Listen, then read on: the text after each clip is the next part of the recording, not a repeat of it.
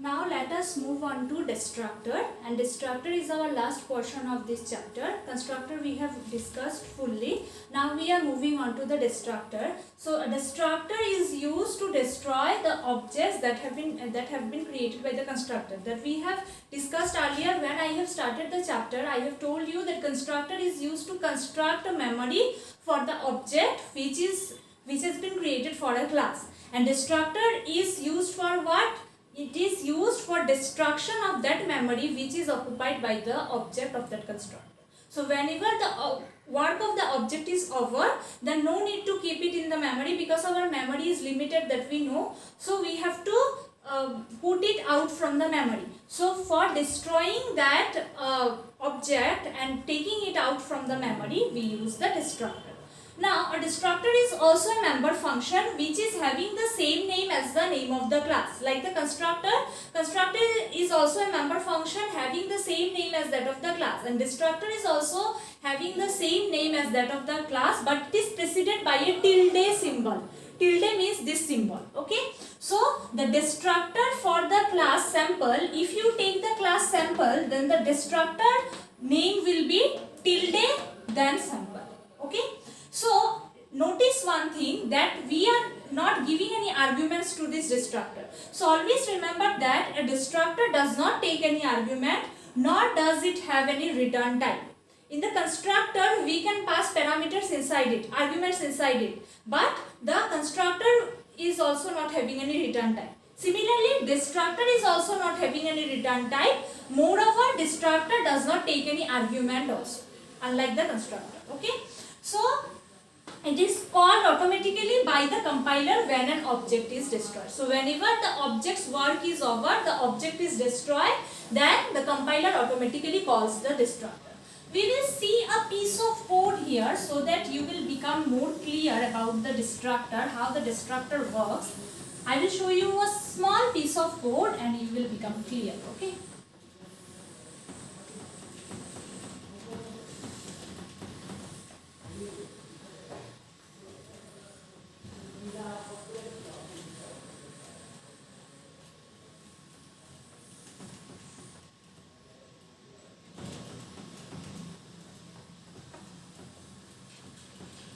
So, our simple piece of code can be, you see, I am showing you here, class sample we are taking, suppose, and inside this we are taking two variables I, j. In the public section we are defining a constructor sample which is a parameterized constructor. Inside this we are passing like this int a, int b. Okay. And this is running like this, I equals to A, J equals to B. And suppose cout I am giving here, the values are, where the value is stored in I and J. So, I, J. Okay. Now, suppose this constructor definition is over. So, now we are defining a destructor like this. Destructor must also have the same name as that of the class. Just we have to put a tilde sign. This is known as tilde sign before the sample and like this. No arguments inside the destructor. And we are writing cout destructor at work. This we have written. Okay. So now my class definition is over here. In the main function we are writing like this. Suppose we are creating one object for the sample class. So for this we have written sample S1 3 4. Okay, and then we have put like this. Okay, means our main function is over. So whenever this object is created, means what? Our constructor will come to work. So this will search for a parameterized constructor and it is finding that parameterized constructor is here. So this 3 will be passed to A and 4 will be passed to B. So I is having value 3 and J is having value 4. Now what will be the output of this program, you see?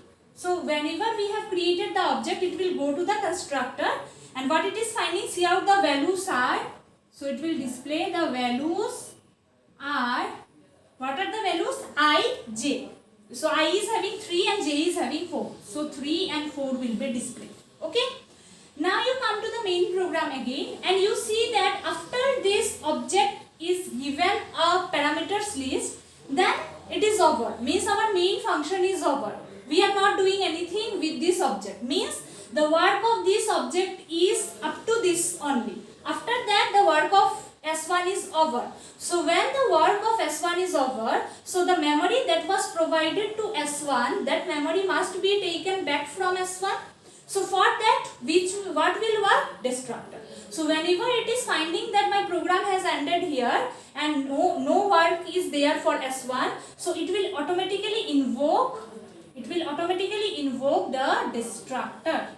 Okay. So from here it will automatically invoke the destructor, and destructor is running here, so it will destroy the memory space that was occupied by S1. So now inside the destructor it is finding destructor at work. So it will give the output destructor at work. Clear?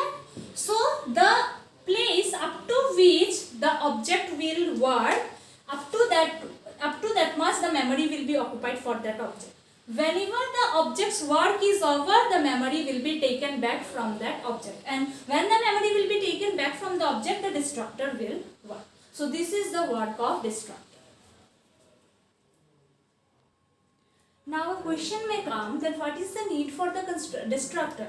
So as there is need for constructor, there is need for destructor also, because whenever construction of an object is done by a constructor, certain resources are allocated by the constructor. Okay, maybe for example a constructor may have opened a file and a memory area may be allotted to it. So as for example, suppose let us take that a constructor has opened a file, and for that opening of the file some memory is allotted to that constructor. Similarly, a constructor may have allocated memory to some other objects also. It may have allocated, because a constructor can have many objects. We have already seen that many objects can be created. So one object can be used for opening a file. So it will allocate certain memory location. Now another object, suppose second object is working for some other thing. So it is also needed to assign certain memory. So certain memory allocation is done for that object also. So the number of object that is created for the constructor, for the class, that type, the memory will also be there for that type of object. So the number of objects that will be created, that particular time the constructor will be called. Means if there are 3 objects, then 3 times the constructor will be called. And calling of the constructor means what? Allocation of the memory. So 3 spaces of memory, 3 different spaces of memory will be allocated to 3 different objects of the class. So now this allocation of the memory is already done. Now what will happen? This allocated resources now needs to be deallocated also. Before destroying our object, suppose S1, S2, S3, these 3 objects are there. So these 3 objects are allocating 3 memory space. Okay, these 3 objects are allocating 3 memory spaces in our memory. Now for working of these objects, memory space is needed. Now when this working is over, this object's work is over now. Now this needs to be taken out from the memory, means the memory needs to be made empty again. So for that, what happens? This memory needs to be deallocated. Before the destruction of the object, this memory needs to be deallocated, means freed up. This memory needs to be freed up again. So this is done by whom? This is done by the destructor. Okay. So this is the need for the destructor. If you are using the constructor, then the need for destructor should also be there. Because if you are using constructor, then you will construct a memory location for objects. But how this memory will be deallocated again? If there is no destructor, then any other objects cannot occupy this particular memory space, because our main memory is limited. So if one particular work is over, we have to immediately clear up the memory so that other jobs can occupy the memory and do its work. Okay, so that's why deallocation is also necessary, and this deallocation is done by the destructor. the declaration and definition of destructor is such that if we declare or define a destructor in the private or the protected section, then the non-member function cannot access it. In the constructor also we have seen this one, that if the constructor is defined in the public section, then it is accessed or invoked by all the functions. Okay, but if it is defined under the private and the protected section, then some criteria is there. Similarly, in the destructor also, if the destructor is defined under the public section, then it will not create any problem, because all the functions and non-member functions can also use this destructor or invoke this destructor. But if the destructor is defined under the private or the protected section, then what happens? The non-member function of a class cannot invoke that destructor, and such situation will generate error. Okay. So here you see, this is the class sample. Inside this we have created two data members. One is I, one is J. Here we have used the destructor. This destructor is defined under the private section that you see here. Okay. This destructor is defined under the private section. And in the public section we have defined a constructor which is initializing the value of I and J to 0. And we have declared two member functions. One is member1, one is member2. These are defined under the public section. Now here we have just given the prototype of the function. We are defining the function outside the class. Our class definition is up to this one. Now outside the class definition we are defining the member function. So for defining the member function outside the class, what is our criteria? First we have to give the return type of the function, then name of the class, then scope resolution operator, then name of the member function, and then inside it the list of the parameters. So here the parameter is void, so that's why we have given void. Now this sample S1, this object is created for the class, so it will not create any problem. This is valid. Why? Because it belongs to the member function. Okay, since it belongs to the member function and member function is defined under the public section, so it will not create any problem. Similarly for the member2 function also, this S2 will not create problem. This is valid.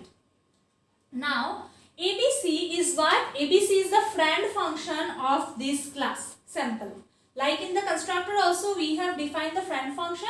So this ABC class is a friend function of sample. So since it is a friend function, so an object for the class sample can be created. This is also valid since ABC is a friend function.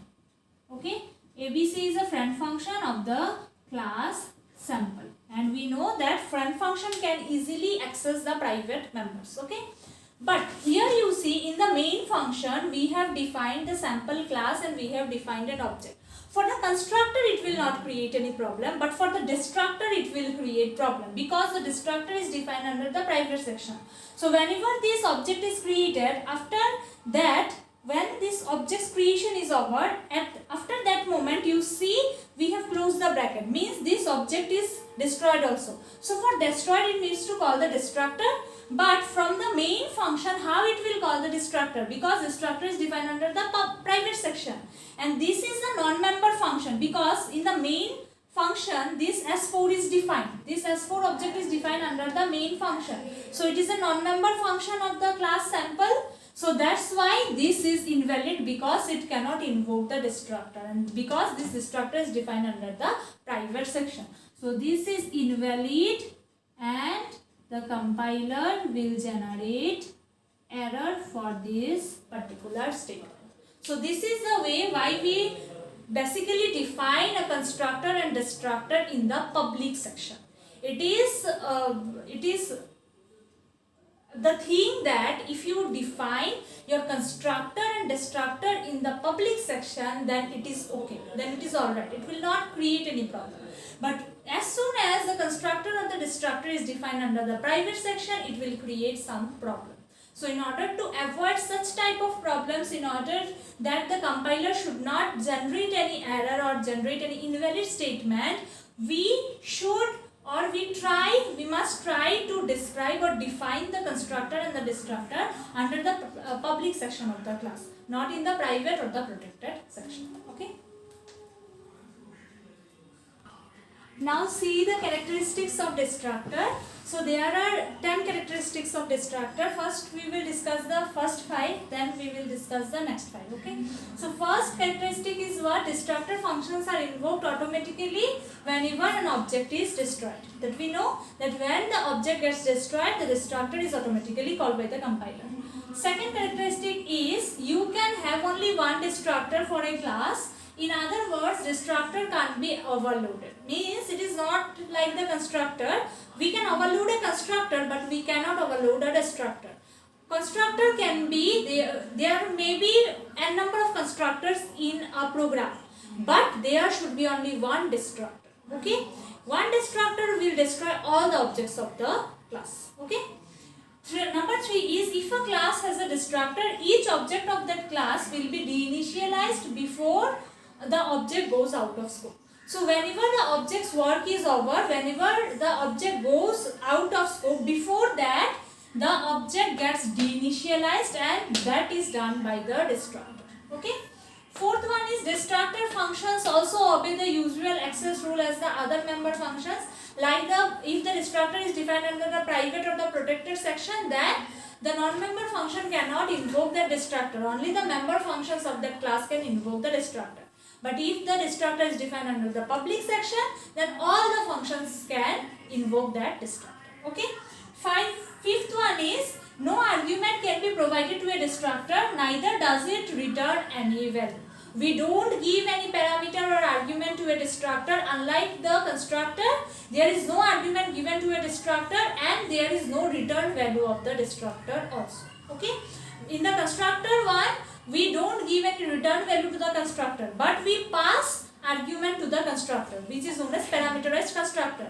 But in the destructor, we can neither pass any argument to the destructor nor we can give any return type to that destructor. Okay. The last 5 points of the characteristic of destructor are similar to that of the constructor. See, number 6 is destructor cannot be inherited, like the constructor also. Constructor cannot be inherited, destructor cannot also not be inherited. 7th one is a destructor may not be static. Then 8 is it is not possible to take the address of a destructor. Similarly, we cannot take the address of constructor also. 9 is member functions may be called from within a destructor. From inside the destructor, you can call a member function. Likewise, we have seen in the constructor also that from inside the constructor, we can call a member function. In the same way, we can define a member function inside a destructor also. And 10th point is an object of a class with destructor cannot be a member of a union. So this is similar like the constructor also. An object of a class having destructor cannot be the member of the union. So these are the characteristics of the destructor. You have to write it down in the copy. You have to make the notes that I have given in the video today. So this is the end of our chapter number 5. With this, we are ending our chapter number 5, which is constructor and destructor. In the next class, we will move on to our next chapter, which is inheritance. And for today, up to this, it is your class. Okay, and you make notes for this one because the characteristics of constructor, destructor is very, very important. Okay, so characteristics of constructor, destructor, you have to learn. I have given 12 points for constructor, characteristics of constructor, and 10 points for the characteristics of destructor. These are very, very important. Okay, so you write this as a notes in your copy, and here ends your chapter number 5, that is constructor and destructor. Thank you.